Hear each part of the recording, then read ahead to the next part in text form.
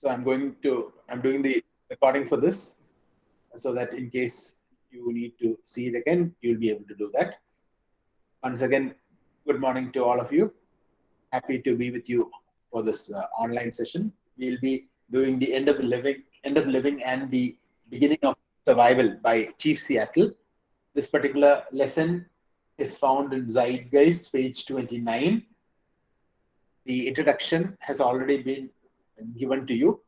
So basically, I will.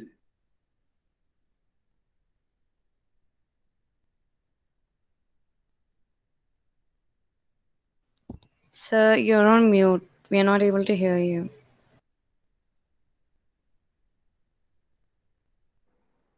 So I will share the screen with you, and you will be.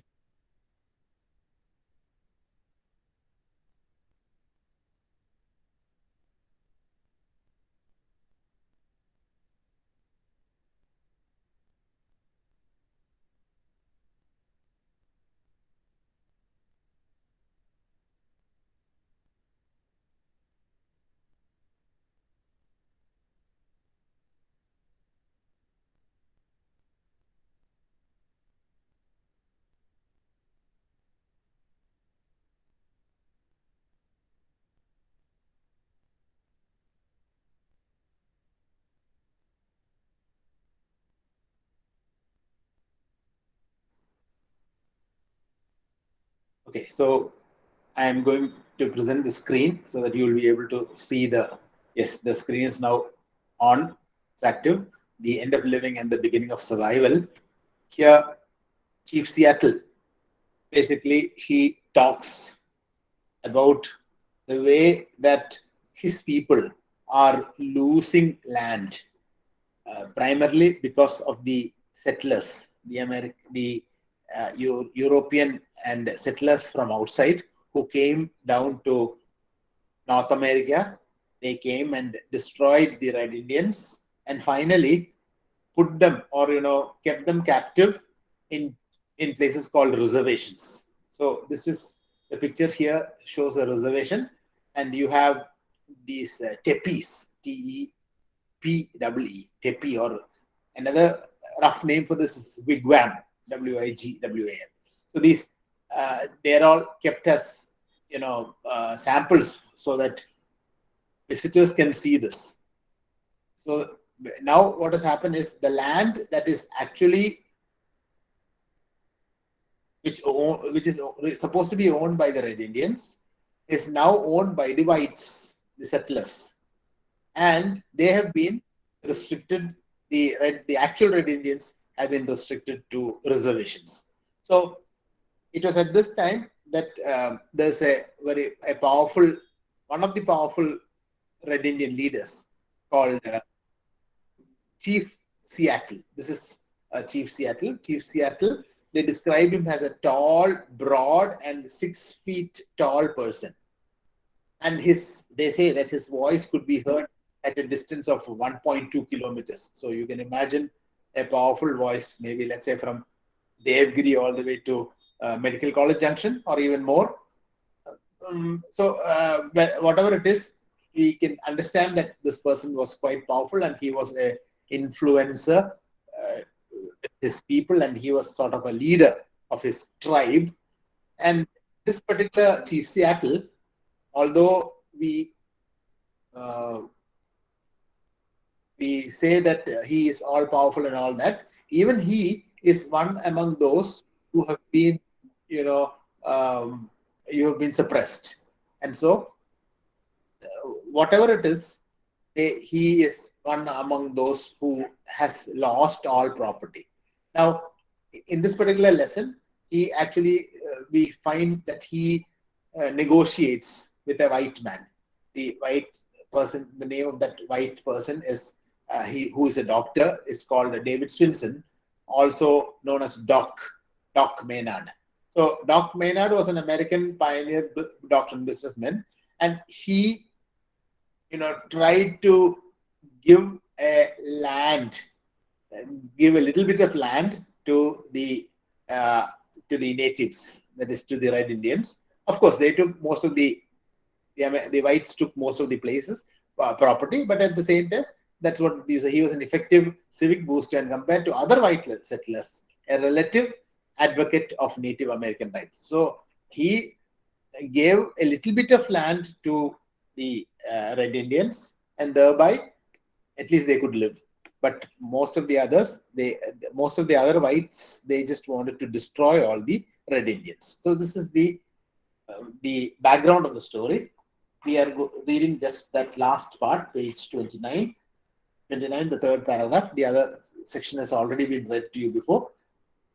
The end of living and the beginning of survival has been widely cited as a powerful, bittersweet plea for respect of Native American rights and environmental values. The speech achieved widespread fame due to its promotion in the environmental movement, as it lays stress on the interdependence and interconnections of the world of the living and the non-living. Man, Chief Seattle reminds us, does not weave the web of life. He is merely a strand in it. Non-human life too has intrinsic values, not dependent on a scale of their utility. Chief Seattle's speech places all forms of life in a network of interdependence. The idea of buying or selling land or cruelty to animals was strange to the Native Americans. In the context of symbiosis and deep ecology, the speech assumes special significance when Chief Seattle says, the earth does not belong to man, man belongs to earth. Just we know, all things are connected like the blood which unites one family, all things are connected. So finally, it boils down to one conclusion, that is, buying or selling of land or cruelty to animals was something that the Native Americans or the Red Indians did not do. They believed that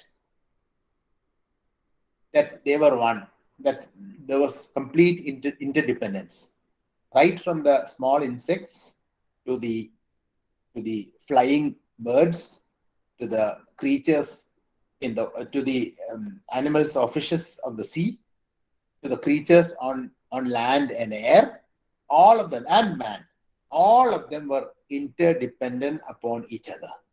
So everybody needed the other. So the Chief Seattle says, the earth does not belong to man. Man belongs to earth. So it is actually, we have come here, we are actually on their property. This is according to Steve Seattle. But now what is happening is indiscriminate felling of trees and killing of animals, wanton destruction. This is what we are doing. But according to Chief Seattle, this is not what we should do. Look at the lines that I have posted in the slide. So I will just look into the slide. When you know who you are, when your mission is clear, you burn with the inner fire of unbreakable will. No cold can touch your heart. No deluge can dampen your purpose. You know that you are alive. So Chief Seattle, who was of the Suquamish tribe, he tried to advocate the fact that the earth is the sole property of the animals. So this is exactly what is going to come into the into our passage. That is, you really cannot buy our land. You say that you can destroy, because with your immense firepower, with your weapons, you will be able to destroy all of us. But then, even then, you can never buy the earth, because the earth is not yours. The earth is actually the possession of the birds and animals. It is they who own this earth. This is according to Chief Seattle. Now we will go into the lesson, and we will also have a little reading about the. So this is basically in the picture you can find that relation between man and nature. This thing has to be without which man will not be able to survive on this earth. So I'm just reading the text. The president in Washington sends word that he wishes to buy our land.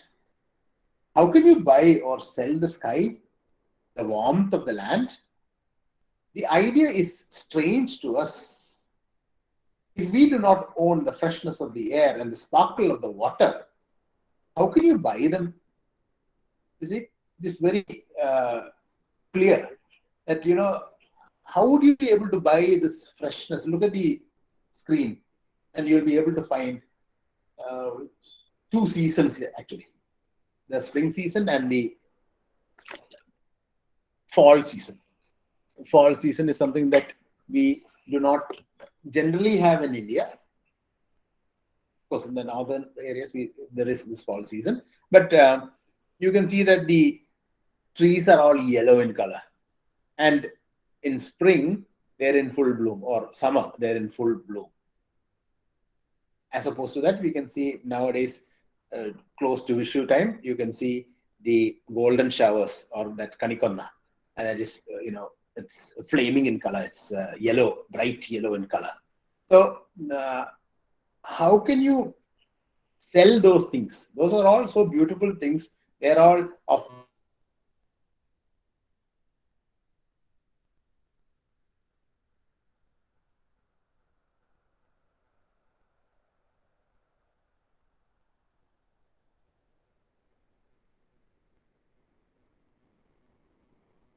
so how can you buy or sell the sky, the warmth of the land? The idea is strange to us. If we do not own the freshness of the air and the sparkle of the water, how can you buy them? So, water gurgling, the river gurgling, how can you buy those things? Every part of this earth is sacred to my people. Every shining pine needle, every sandy shore, every mist in the dark woods, every clearing and humming insect is holy in the memory and experience of my people. The sap which courses through the trees carries the memories of the red man. So every bit of nature is very important to us, and all of them belongs to the earth. How dare you say that you can buy it? The president in Washington is saying that. He says that we want to buy your land. How can you sell the sky, the warmth of the land? This idea is very strange to us. This is the beginning of the paragraph, of the first five paragraphs. So, when the great chief in Washington sends word that he wishes to buy our land, he asks much of us. The great chief sends word he will reserve us a place so that we can live comfortably to ourselves. He will be our father, and we will be his children. So, this is what the president of the US says. That is, he is going to buy our land, and we will be given a place to stay, and we will uh, be able to live there. In effect, we are going to be locked. We are going to be put into a place where we will just be able to, we can live comfortably ourselves. This is what the great chief in Washington says. That is the president of the United States says. So, we will consider your offer to buy our land, but it will not be easy, for this land is sacred to us. The shining water that moves in the streams and rivers is not just water, but the blood of our ancestors. If we sell you the land, you must remember that it is sacred, and you must teach your children that it's sacred, and that each ghostly reflection in the clear water of the lakes tells of events and memories in the life of my people. The water's murmur is the voice of my father's father. So, whatever it is, if you say that you're going to buy our land, we can't do anything. Maybe the only thing that we can do is give it to you. But you must promise that you will not destroy it. You must promise that you will keep it as pristine as possible. You must promise that you will not destroy the environment, and that you will protect all the trees and nature and insects, birds, and all living things connected with it. This you must say, and you must promise. The rivers are our brothers. The rivers are our brothers. They quench their thirst. The rivers carry our canoes. This is a canoe. You can see the red Indian. traveling on water in a canoe. The rivers carry our canoes and feed our children. If we sell you our land, you must remember and teach your children that the rivers are our brothers and yours, and you must henceforth give the rivers the kindness you would give any brother. So, if we are going to sell you this land, okay, we'll sell it to you, but then you must remember not to destroy it. You must remember not to throw plastic waste. You must remember not to dredge. You must remember not to illegally sand mine. You must remember not to illegally fell trees and all these things. You must not do all.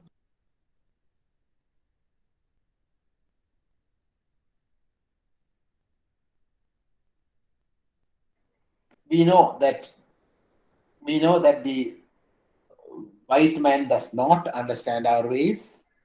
One portion of land is the same to him as the next, for he is a stranger who comes in the night and takes from the land whatever he needs.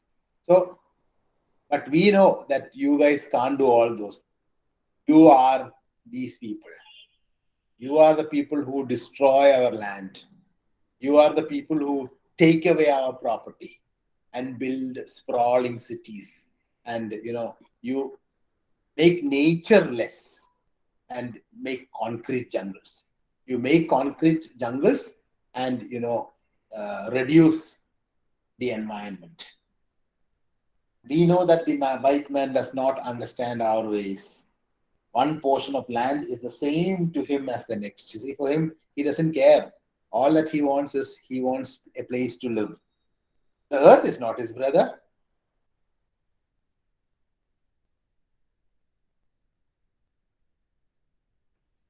And when he has and when he has conquered it, he moves on.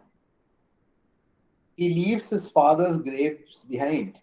He does not care, and his children's birthright are forgotten.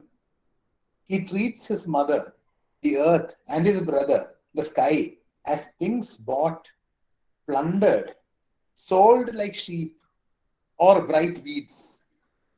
His appetite will devour the earth and leave behind only a desert. So, this is what you people do, you men do, you uh, destroyers do, you white people do. You don't care about all these things. You don't care about the waters, you don't care about the air, you don't care about the land. You just get something, you will take that, you will destroy whatever you want, and you will keep going on. This is what you will do. I do not know. Our ways are different than your ways. The sight of your cities pain the eyes of the red man. See, for me, red man, I am a red Indian. When I see these tall buildings, my eyes are really paining.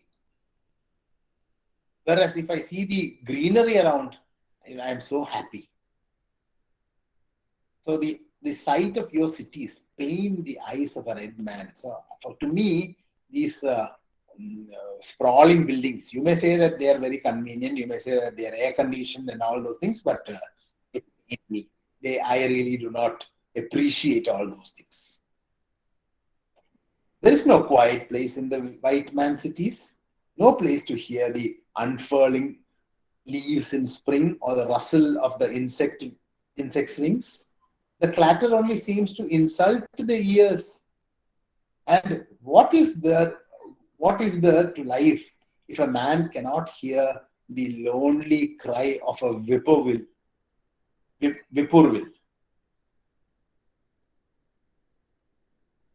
or the arguments of the frogs around the pond at night? I am a red man and do not understand. The Indian, the red Indian, prefers the sound of the wind darting over the face of a pond and the smell of the wind itself, cleaned by a midday sun or scented with pinyon pine. I really cannot understand these things. To me, I would like to hear the cry of the whippoorwill. You can see the whippoorwill here. If you notice that bird is camouflaged among the branches, and you can hear the frogs. I'm sure you would have heard frogs around a pond at night, making the background, background, background, background, background, and all those sounds. So you see, the I like those things. I, as a Red Indian or Chief Seattle, loves all those things instead of the city. The the city is an eyesore to him. Instead, he would prefer all these things. The air is precious to the red man, for all things share the same breath. The beast, the tree, the man, they all share the same breath. The white man does not seem to notice the air he breathes. Like a man dying for many days, he's numb to the stench. But if we sell our land, you must remember that the air is precious to us, that the air shares its spirits with all the life that it supports. So, you see, actually, the air is actually something that is being contributed by nature. So, we need air to live, but you white men, you don't care about all these things. You are simply destroying it. And this is not right. The air is precious to the red man, to the red Indians like us.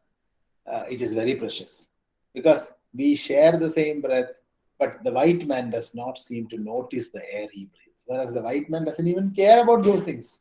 He just keeps moving on. He just keeps destroying, as if the air and water and everything are in plenty, and that they will never, they will never stop. See, like a white man dying, the white man is numb to the stench. If you look at, if you see a person dying, sometimes you might even turn your back and walk the other way.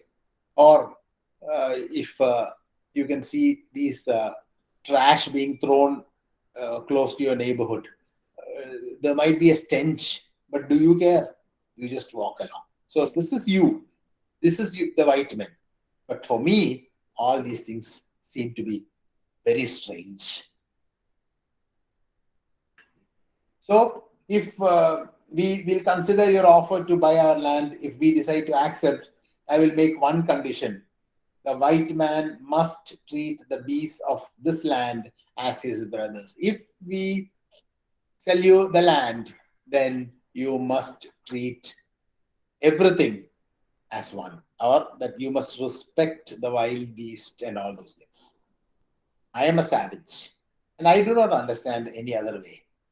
I have seen 1,000 rotting buffaloes on the prairie left by the white man who shot them from a passing train. I am a savage and do not understand how the smoking iron horse can be made more important than the buffalo that we kill only to stay alive. You see, previously in this land, North America, you had lots of buffaloes, and buffaloes were used as meat, but the Red Indians would kill them only when needed for food. But when white men came, they wanted to conquer all the land from east to west. So what they did was they made a moving iron horse, that is the railroad, the railway, and then they sat on top of the carriage and started indiscriminately shooting. You can see that indiscriminate shooting here happening. So they're sitting and they're just targeting the wild buffaloes and then just killing it. And you can see how much they've killed. You can see all the carcasses by the side. So that much of destruction that they have done. That's why Chief Seattle says, I'm seeing 1,000 rotting buffaloes on the prairies, shot by the white men from a passing train. I don't understand how the smoking iron horse, see, this is the smoking iron horse, because those days the trains were run on coal, ferry. So you would have a lot of smoke emanating out. A lot of smoke would be coming out. And as they started creating this railroad from east to west, from east to west. They started indiscriminately shooting all the wild buffaloes, and thus they got all the land. And you can also see another thing coming by the side of it also. These are called telephone lines. Those days, communication also was very essential. So they built telephone lines and what you call the railroad. You must teach your children. So that whole thing is, everything is basically the same thing. This we know: the earth does not belong to man. Man belongs to earth. Sorry, you must teach your children that the ground beneath their feet is the ashes of our grandfathers. So they will respect the land. Tell your children that the earth is rich and the lives with the lives of our kin. Teach your children that we have taught our children that the earth is our mother. Whatever befalls the earth befalls the sons of earth. If men spit upon the ground, they spit upon themselves. So you see, if you destroy the earth, you are destroying your own great grandfather. If you spit on the earth, you are spitting at your great grandfather, and things like that. So the Indians, the Red Indians, hold all these things very sacred, and it is very important to them. This we know: the earth does not belong to man, man belongs to earth. This we know. All things are connected like the blood which unites one family. All things are connected. So we have that term blood relations.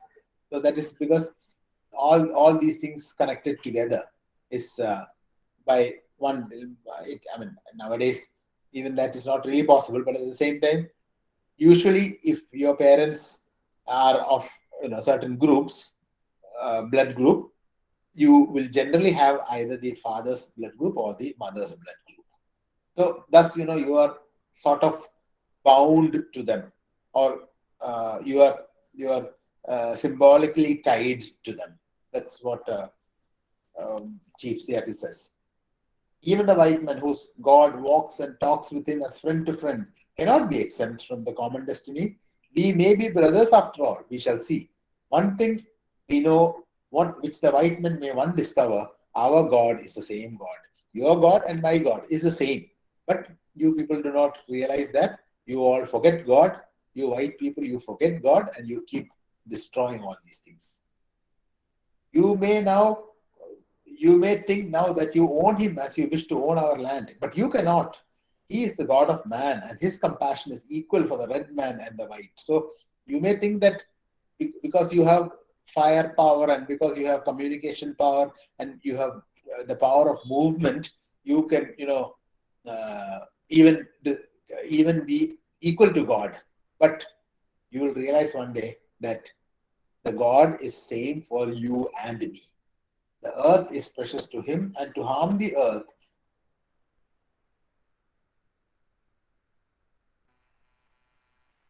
perhaps sooner than all the trouble.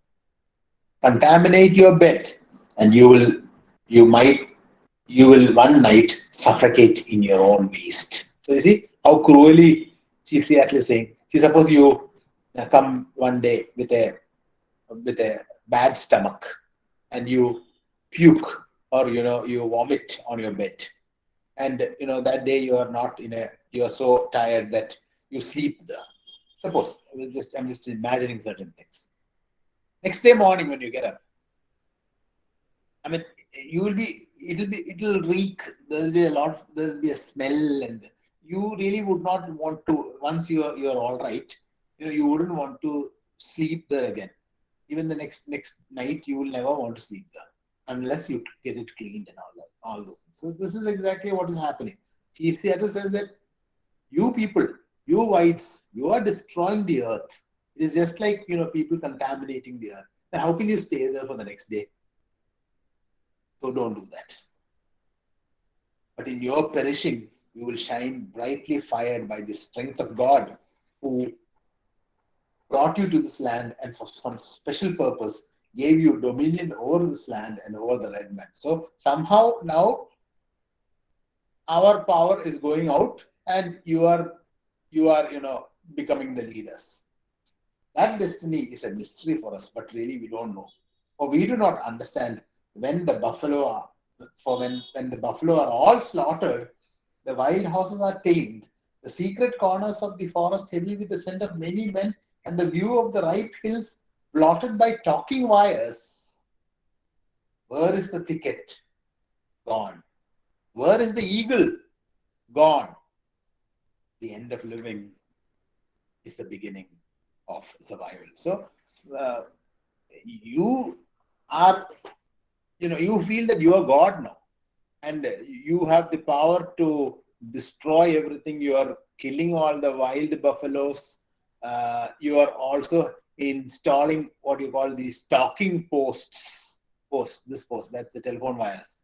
You're installing all of them, and you're destroying the land in the sense that the beauty of the nature is completely destroyed by these talking poles and also the moving iron horse. And that iron horse is emanating a lot of smoke and all those things. So I don't know how God is allowing you to do all these things, but if you keep doing all these things, finally, where is the thicket? Where will all the nature be? Where will the bushes be? Gone. Then where is the eagle? The eagle is supposed to be flying in. You can see the eagle on a very clear sky, on a very clear day, flying high in the sky. But would you be able to see that? Gone. So the end of living is the beginning of survival. So if Seattle um, talks about is basically what you call a bittersweet plea. Bittersweet plea means something like, he's not happy about it. He's very sad about it. And he's specifically saying that because his people are being, reduced to staying in a reservation, while the whites are claiming their land, which was once their land. The whites are now claiming it and destroying the red Indians, and putting them into secure reservations. This is not correct, according to Chief Seattle.